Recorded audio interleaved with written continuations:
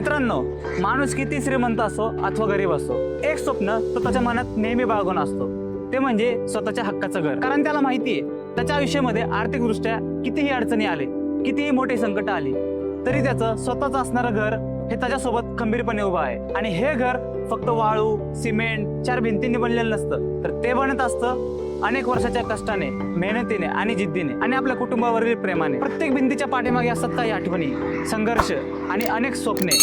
पण स्वतःचं घर तयार करत असताना त्याच्या मनामध्ये असंख्य प्रश्न निर्माण होतात. लोकेशन कसं असेल, माझ्या बजेटमध्ये माझ्यासाठी योग्य घर भेटेल का, ॲम्युनिटीज कशा असतील, लाईफस्टाईल कशी असेल, आणि सर्वात महत्त्वाचं म्हणजे माझ्या कुटुंबासाठी कोणता प्रोजेक्ट योग्य असेल, असे अनेक प्रश्न आपल्या मनामध्ये घर करत असतात. नमस्कार मित्रांनो, माझं नाव कुणाल. तुमच्या अशा अनेक प्रश्नांची योग्य आणि प्रामाणिक उत्तरे तुमच्यापर्यंत पोहोचवण्यासाठी मी सुरू करत आहे एक असा शो ज्याचं नाव आहे घर माझ्या स्वप्नातलं.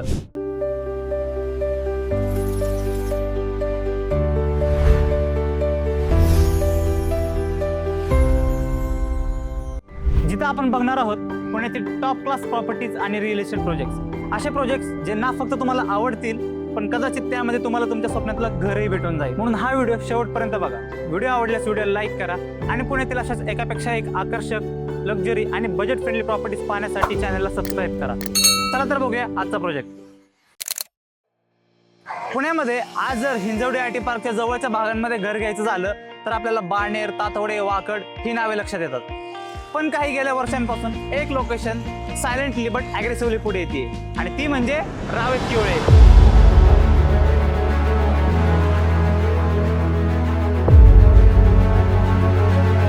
कारण जे लोक आज या भागामध्ये घर घेत आहेत तर ते फक्त फ्लॅट नाही, पुढच्या 10 ते 15 वर्षांचा निर्णय घेत आहेत. आणि म्हणूनच आज मी आलो आहे एक अशा प्रोजेक्टमध्ये जो फक्त टावर्सचा भाग नाही तर संपूर्ण गेटेड कम्युनिटीचा भाग आहे.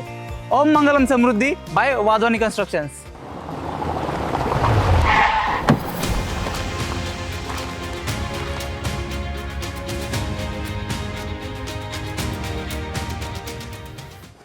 ओम मंगलम समृद्धी हा रावेत किवळेमधील सर्वाधिक पसंत केला जाणारा आणि नवीन बेंचमार्क सेट करणारा प्रोजेक्ट आहे. हा प्रोजेक्ट एकूण 5 एकर मध्ये पसरलेला आहे आणि त्यामध्ये मिळणार आहेत एकूण 7 टावर. सगळ्यात महत्त्वाचं म्हणजे थॉटफुली प्लॅनिंग गार्डन एरिया आणि लाईफस्टाईल अम्युनिटीज. माझ्या मते आजच्या काळात फक्त फ्लॅट मोठा असून उपयोग नाही, कारण मुलं घरात कमी आणि सोसायटीत जास्त वाढतात. म्हणून चांगली कम्युनिटी आणि ओपन स्पेस खूप महत्त्वाची असते. प्रोजेक्ट मध्ये अम्युनिटीजची लिस्ट मोठी आहे, पण मी तुम्हाला पूर्ण लिस्ट नाही सांगणार, कारण आजकाल प्रत्येक बिल्डर 40 ते 50 अम्युनिटीज देतो. खरा प्रश्न हा आहे की तुम्ही त्या वापरणार का. इथे मुलांसाठी प्ले झोन्स आहेत, सिनियर सिटीजनसाठी जागा आहे, फिटनेस स्पेसेस आहेत आणि सर्वात महत्त्वाचं सोसायटीमध्ये वेळ घालवण्यासारखी वातावरण निर्मिती आहे. कारण घर फक्त 4 भिंतींचं नसतं, त्या घराबाहेरचं आयुष्यही तितकंच महत्त्वाचं असतं. आता येऊया त्या भागाकडे ज्याची सगळेजण वाट बघतात. हा आहे 3 BHK सॅम्पल फ्लॅट, तेही 1106 स्क्वेअर फीटचा. आतमध्ये एंट्री करताना तुम्हाला हा 8 फुटांचा दरवाजा पाहायला मिळतो आणि या दरवाजासोबतच तुम्हाला इथे प्रोव्हाइड करण्यात आला आहे डिजिटल लॉक.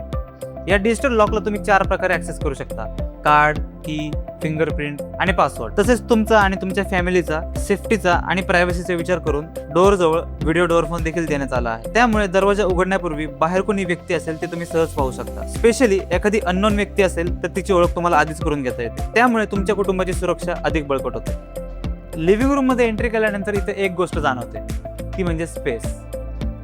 फक्त हॉल मोठा आहे म्हणून नाही, तर लेआउट प्रॅक्टिकल वाटते म्हणून. आणि इथे मला एक गोष्ट आवडली, प्रोजेक्ट मधील फ्लॅटची ईस्ट आणि वेस्ट ओपनिंग. दरवाजा तर ईस्ट वेस्ट ओपनिंग असणारच आहे, पण तुमची बाल्कनी आणि विंडोज हे देखील ईस्ट वेस्ट ओपनिंग असते. ही गोष्ट ब्रोशर मध्ये एका ओळीत लिहिलेली असते. क्रॉस व्हेंटिलेशन, नॅचरल सनलाइट आणि दिवसभर घरात राहणारा ताजेपणा. एसी आणि लाईट पेक्षा व्हेंटिलेशन अँड सनलाइट जास्त महत्वाचे असतात. या घरामध्ये लिव्हिंग एरिया आणि डायनिंग एरिया कम्प्लिटली सेपरेट आहे, त्यामुळे घरातील हॉल स्पेशियस, मोकळा आणि आकर्षक वाटते. या लिव्हिंग रूम सोबतच अटॅच मिळणार आहे बाल्कनी. घरातल्या सर्वात इम्पॉर्टंट जागांपैकी एक असते, कारण इथे फर्निचर नसतं ठेवायचं, इथे मुवमेंट तयार करायचे असतात. सकाळी एक कप चहा घेऊन उभं राहणं, पावसाळ्यात पाऊस बघणं किंवा दिवसभराच्या कामानंतर 10 मिनिटं स्वतःसोबत वेळ घालवणं. आणि हीच बाल्कनी तुम्हाला पुढे कनेक्ट करणार आहे गेस्ट बेडरूम किंवा पॅरेंट्स बेडरूमला, जे आपण पुढे जाऊन बघणारच आहोत. पण आता बघूया या घरातला डायनिंग एरिया आणि घरातलं किचन.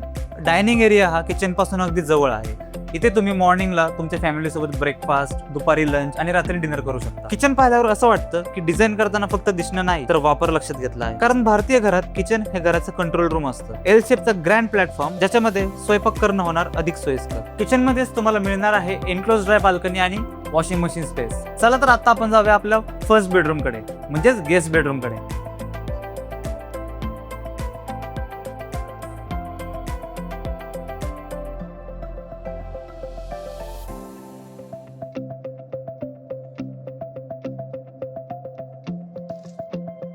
ही बेडरूम तुम्ही गेस्ट बेडरूम किंवा पॅरेंट्स बेडरूम म्हणून यूज करू शकता. पण माझ्या मते ही बेडरूम फ्लेक्झिबल आहे. Work from home, parents room, guest room किंवा भविष्यात मुलांसाठी दुसरी रूम, गरजेनुसार बदलता येणारी जागा म्हणजे स्मार्ट प्लॅनिंग. या बेडरूम मध्ये देखील तुम्हाला मिळणार आहे attach balcony and attach washroom. चला तर मग आता आपण जाऊया आपल्या घरातल्या लहान मुलांच्या बेडरूम कडे, म्हणजेच किड्स बेडरूम कडे.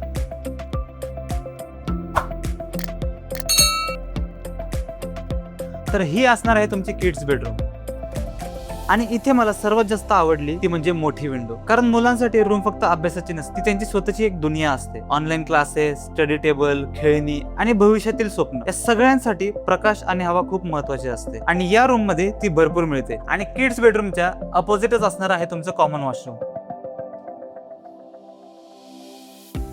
चला तर मग आता आपण बघूया या घरातील सर्वात महत्वाची आणि मोठी बेडरूम म्हणजे मास्टर बेडरूम. जसं मी सांगितलं, घरातला सर्वात महत्वाचा भाग कोणता असेल तर तो मास्टर बेडरूम. कारण दिवसाचा शेवट आणि दिवसाची सुरुवात इथूनच होते. आणि या रूम मध्ये एंट्री करताच एक गोष्ट लगेच जाणवते, ती म्हणजे रूम फक्त मोठी नाहीये तर ओपनही वाटते. कारण समोरची विंडो नॅचरल सनलाईट घरामध्ये घेऊन येते आणि दिवसा लाईट लावण्याची गरजही पडत नाही. या रूम मधला माझा फेवरेट स्पेस ती म्हणजे बाल्कनी. कारण घर कितीही सुंदर असलं तर कधी कधी फक्त 10 मिनिटं स्वतःसोबत बसायला जागा हवी असते. सकाळचा चहा, रात्री ऑफिस नंतरचा ब्रेक किंवा विकेंडला पुस्तक जर वाचायचं असेल तर ही स्पेस तुम्हाला चांगली वाटते.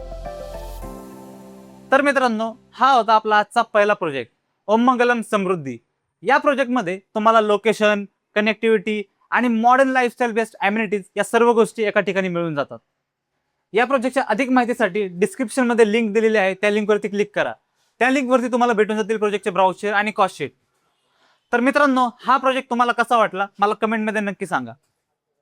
आणि भेटूया पुढच्या भागामध्ये, याचं नाव आहे घर माझ्या स्वप्नातलं.